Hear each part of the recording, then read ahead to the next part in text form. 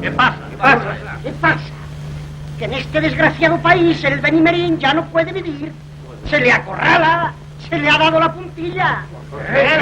Porque el primer artículo de la nueva Constitución dice: España es una república de trabajadores. Y yo, antes que renunciar a mis ideales de toda la vida y sucumbir, emigro.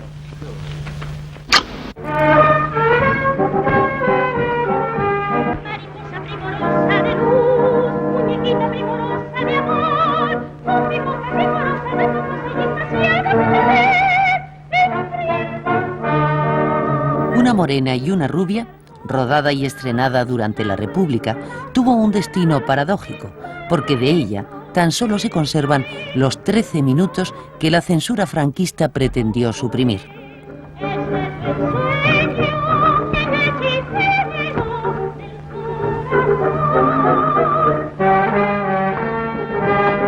Estas mutilaciones censoras, conservadas en los archivos de Nodo, muestran cómo en la llamada España nacional se consideraban inmorales escenas que no habían causado el mínimo escándalo en la España republicana.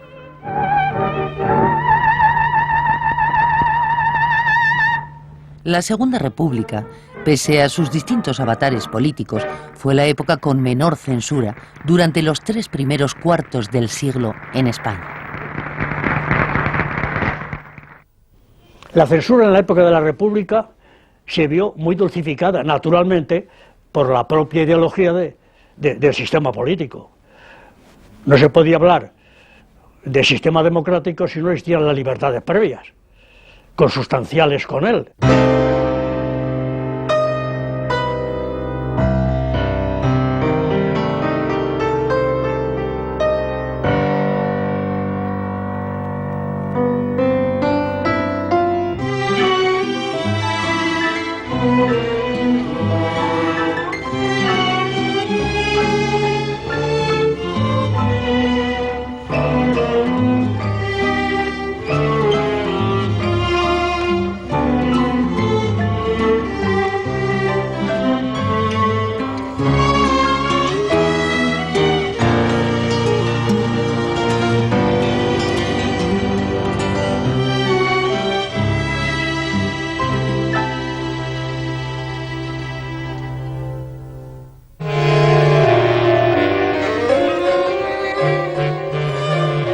Al final de los años 20, los efectos de la crisis mundial agravaron la pésima situación de la economía española, precipitando el final de la dictadura de Primo de Rivera en enero de 1930.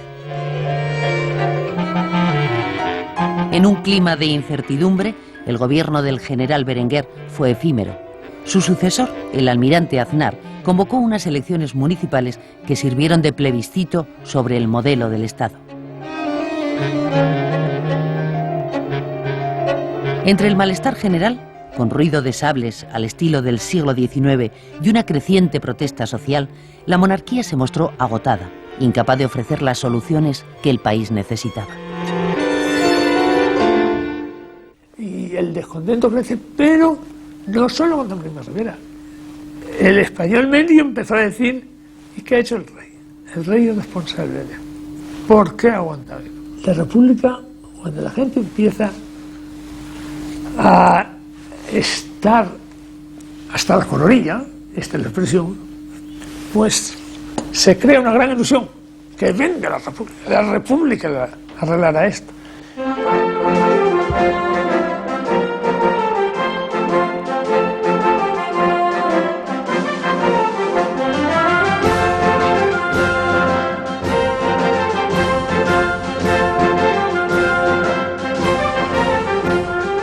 El 14 de abril la gente reía y cantaba por las calles de Madrid, de Barcelona, por todas las calles de España. Yo lo vivía con mis 15 años en Madrid y era verdaderamente emocionante.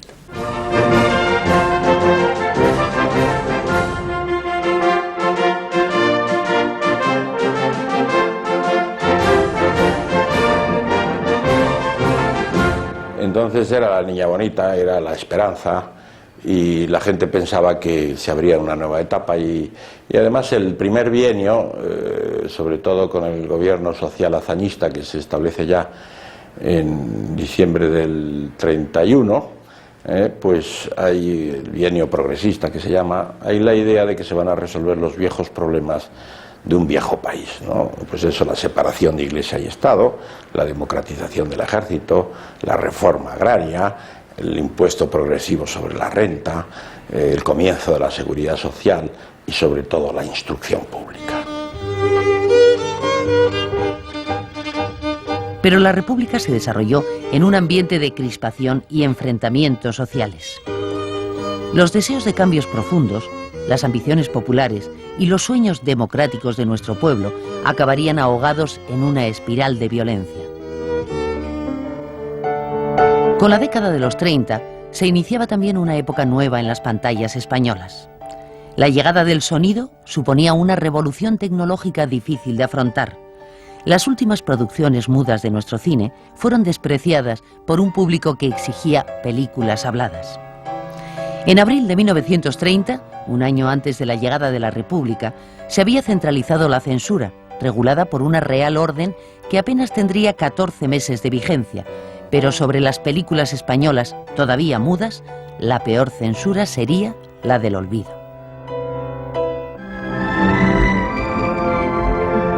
El último escándalo del cine mudo, antes de la República, había sido Un perro andaluz, de Buñuel, que no fue censurada porque solo se proyectó en círculos restringidos. Causó gran revuelo entre los intelectuales, pero su provocación no llegó a la burguesía española, menos culta que la francesa. Me acuerdo cuando la gente le pidió a Buñuel que hablara, que dijera qué había querido decir con aquella película, dijo: no tengo nada que decir, es una absoluta y total llamada al crimen. Pues recuerdo el clamor de la sala cuando la escena del ojo.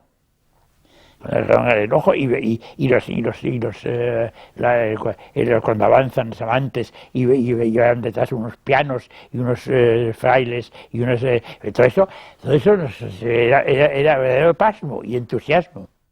Y entonces los vizcondes de Noailles encargaron a Buñuel y Dalí el As d'Or, pero en cambio fue un escándalo en Europa entera, que la gente estaba escandalizada. Yo nunca lo he entendido.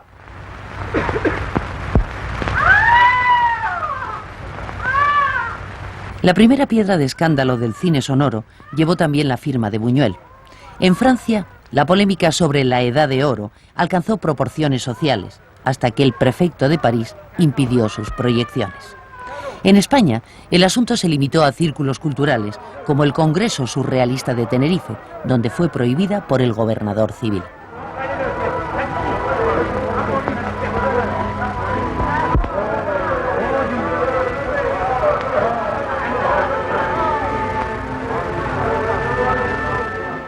No hubo censura, es decir, se hubiese podido poner probablemente en un sitio público, pero evidentemente estas películas pues no tenían posibilidades ni capacidades de convocatoria, ni había empresarios para poner estas películas. Un lunes abrileño del Toreal y a verme fui, nunca cayera que aquella noche sentimiento de morir, por ambulante, yo en la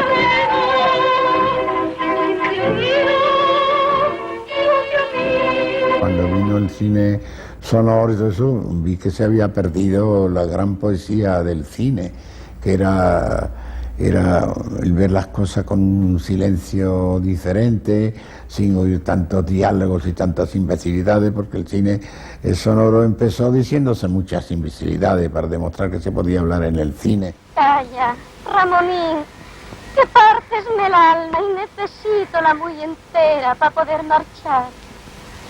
¿Marchas mañana? Sí, en el tren de las 11.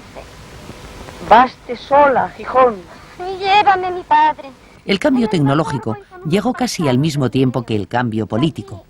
La verdad es que las películas españolas planteaban entonces muy pocos temas conflictivos.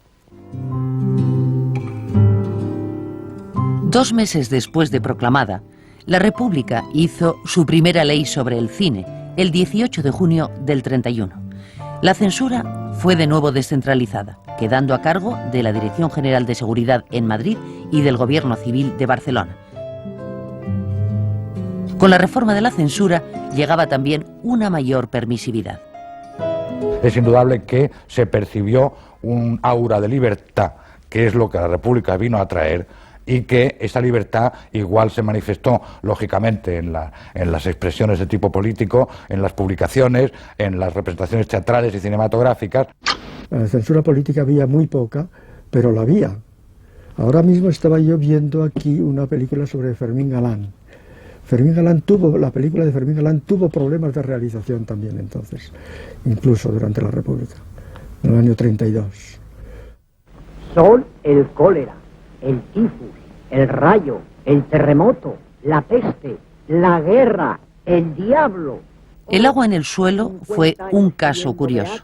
Quedó prohibida en México por la censura laica, que la consideró propaganda clerical. Se perdió el primer hombre. Por otra, se perdió España. Y por muchas, el mundo. Huye, huye, vete a un bosque virgen. Pero por los clavos del Señor, Padre mío, preferiría verte perseguido por un toro bravo a que te persiga una mujer. Nuestro cine permanecía en manos de la derecha y renunciaba a aprovechar la apertura de criterios de la sociedad española durante la República. Ha dicho que el diablo es malo. Me hará usted reír, a pesar de la tristeza que me domina. No son estos sitio ni ocasión para hablar de mis cuitas ni de mis íntimas torturas.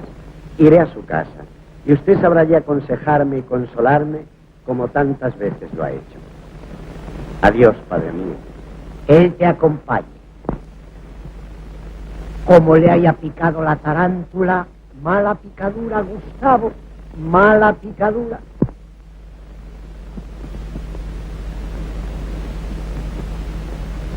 Ave María Purísima.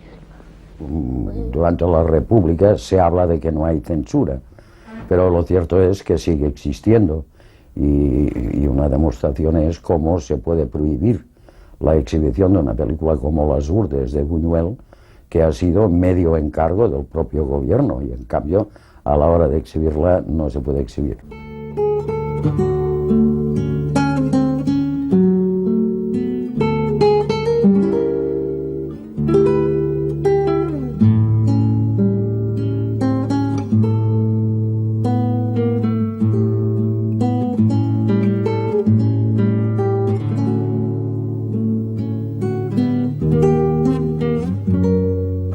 El mayor conflicto censor de la época tuvo también a Buñuel como autor. Las Urdes, mezcla de documental etnográfico, surrealismo y cine de denuncia, provocó las iras oficiales por su negra visión social. El gobierno prohibió sus proyecciones en España y ordenó a las embajadas que impidieran su exhibición en el extranjero. El problema fundamental de Las Urdes, primero que era un documental absolutamente demoledor, que el gobierno republicano de Lerroux, no hay que olvidar que era de los 4 gobiernos que tuvo la República el más reaccionario, el más de derechas, le pareció que no ofrecía, digamos, buena imagen y lo censuró. En mayo de 1934 las competencias censoras en Cataluña son transferidas al gobierno de la Generalitat. La censura endurece sus criterios durante el llamado Bienio Negro y en mayo de 1935 el Ministerio de Gobernación actualiza las normas de censura del Reglamento del Espectáculo, prohibiendo proyectar aquellas películas que no hayan sido visionadas previamente por un funcionario de la Dirección General de Seguridad. Se autoriza además a los gobiernos civiles y a los ayuntamientos a suspender los permisos dados por el Ministerio y se crea la figura de autorizado para mayores de 16 años, que se mantendrá vigente durante décadas. Finalmente, en octubre de 1935, se prohíben terminantemente todas aquellas películas que menoscaben la imagen de España.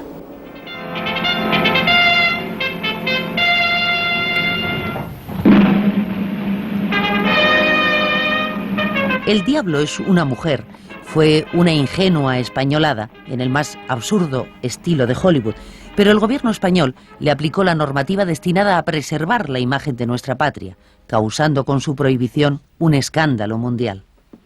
Caballeros, voy a ser breve. Mañana comienza el carnaval.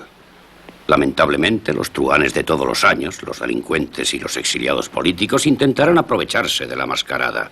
Si sorprenden a un ladrón, disparen. Es lo más práctico. No quiero detenciones inútiles. El año pasado la cárcel y el hospital ofrecían un espectáculo deplorable. Eviten todo lo que pueda perturbar el regocijo del pueblo. Si por circunstancias se ven forzados a realizar alguna detención, hagan 2, ni una más. Eso es todo. El diablo es mujer. Se estimó que era una visión muy deformada de España y no solo se prohibió en España, sino que se exigió que la Paramount destruyera incluso los negativos de la película. No me gustan estas cartas negras, reyes además. Tréboles y pics. El rey de pics. ¿Quién podrá ser? Es mi viejo amigo Paquito, el gobernador. Ha salido mucho en mis cartas, pero nunca tan cerca. ¿Tienes miedo de la policía? A decir verdad, ahora mismo prefiero evitarla. ¿Qué has hecho? Política. Soy un poco revolucionario. Eso. Pensaba que era algo más importante. En un Consejo de Ministros, Gil Robles propone la prohibición de todas las películas de Paramount. Se convoca al embajador americano en Madrid. El embajador americano en Madrid es convocado al ministro de Exteriores y entonces se llega a una solución. Se quema un negativo. En la Embajada de España en Washington, que hoy día sabemos que fue un noble negativo, por fortuna, porque la Paramount tuvo la buena precaución de guardarse el negativo original. I'm romantic, so romantic, that I often wish I had a more discreet heart. But believe me, please believe me, when I tell you that I haven't got a sweetheart. Do you mean to say that you have none? Did you hear me say that I had none? No, I only said I haven't one.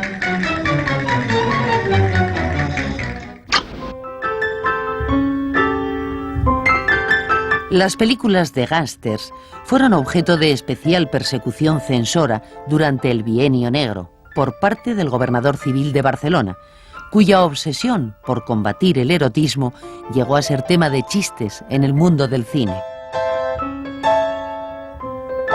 Esta tarde voy a rodar. ¿A rodar? ¿Y con quién vas a rodar tú?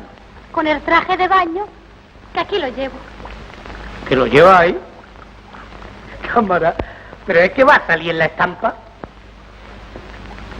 Voy a retratarme de cuerpo entero para que me hagan la prueba. ¿Pero va a salir en paños menores? Pues claro que sí.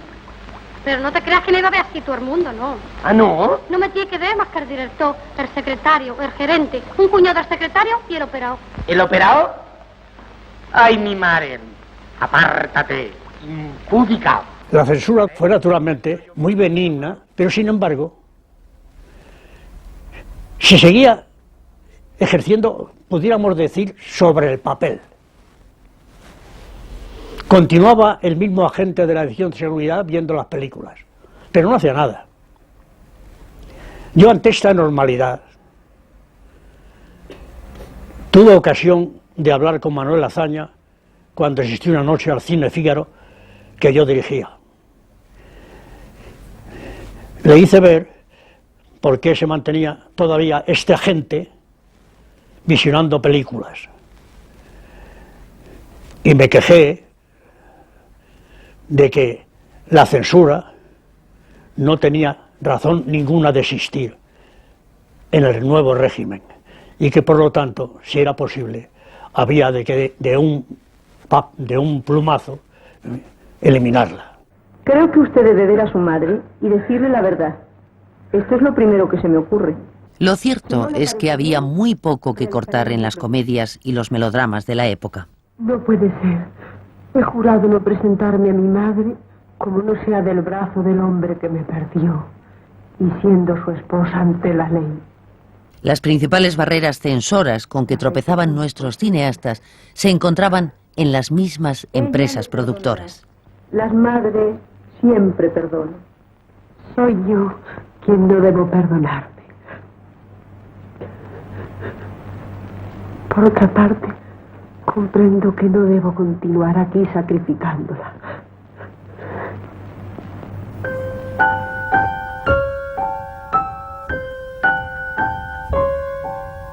Un ejemplo de la censura en los estudios fue la imposición de una secuencia añadida a El malvado Carabel. Con ella se cambiaba el final, con intención de hacerlo más taquillero. Pero el caso más extraño de la censura durante los años de la República fue El crimen del Expreso de Andalucía, la primera película dirigida por Iquino. Por desgracia, la película se perdió y de ella ni siquiera se conservan fotografías. La cosa se desarrolló muy bien, estuve muy satisfecho de la película, unas cosas muy atrevidas, muy fuertes. Llevo la película a censura y me la prohíben, así, rotundamente, sin ninguna explicación. ¿Por qué? Bueno, el caso es que después descubrí, al cabo de mucho tiempo, de muchos viajes a Madrid, descubrí que uno de los individuos de la banda de asesinos estaba cumpliendo condena todavía en el penal de Ocaña. Y este individuo, que se decía que era homosexual, yo en la película jamás lo traté como homosexual, sino puramente como criminal, pues tenía ciertos contactos con cierto ministro de aquel momento. Y claro, el ministro me prohibió la película.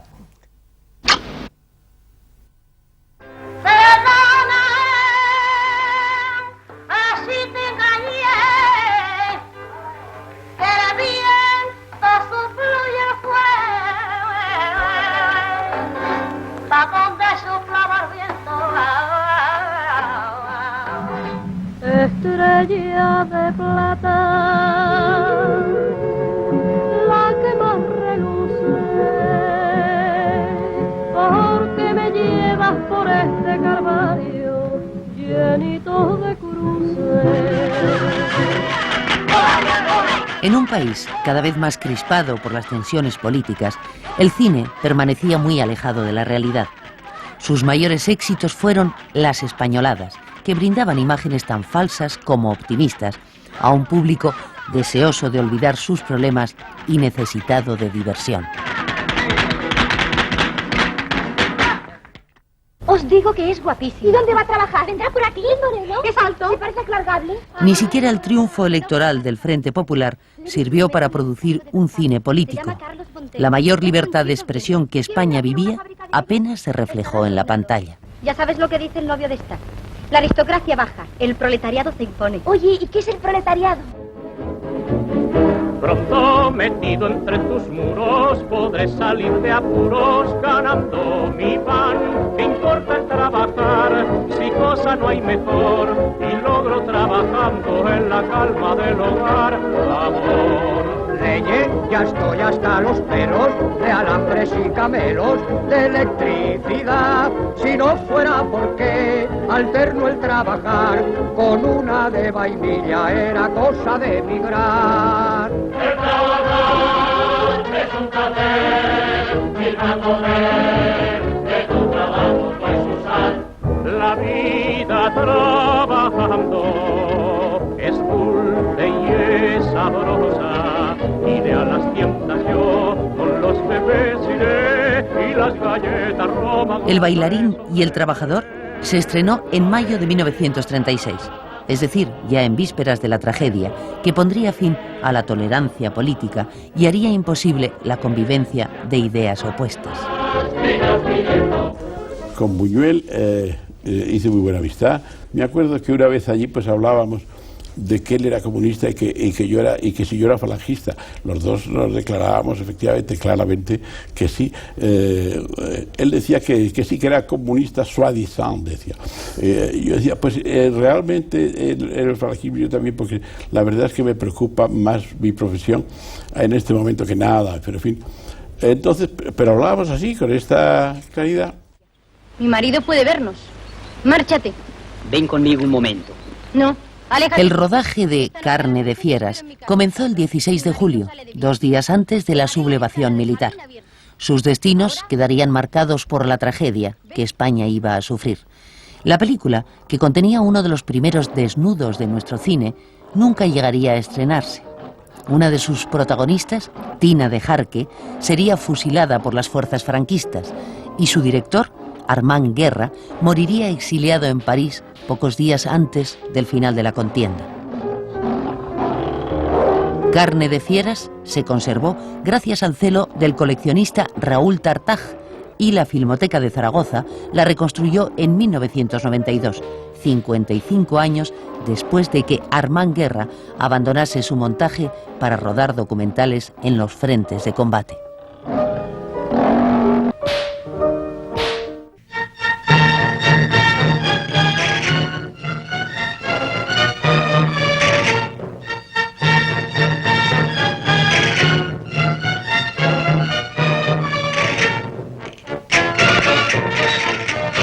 Los sueños de libertad de la República estaban a punto de ser ahogados en sangre.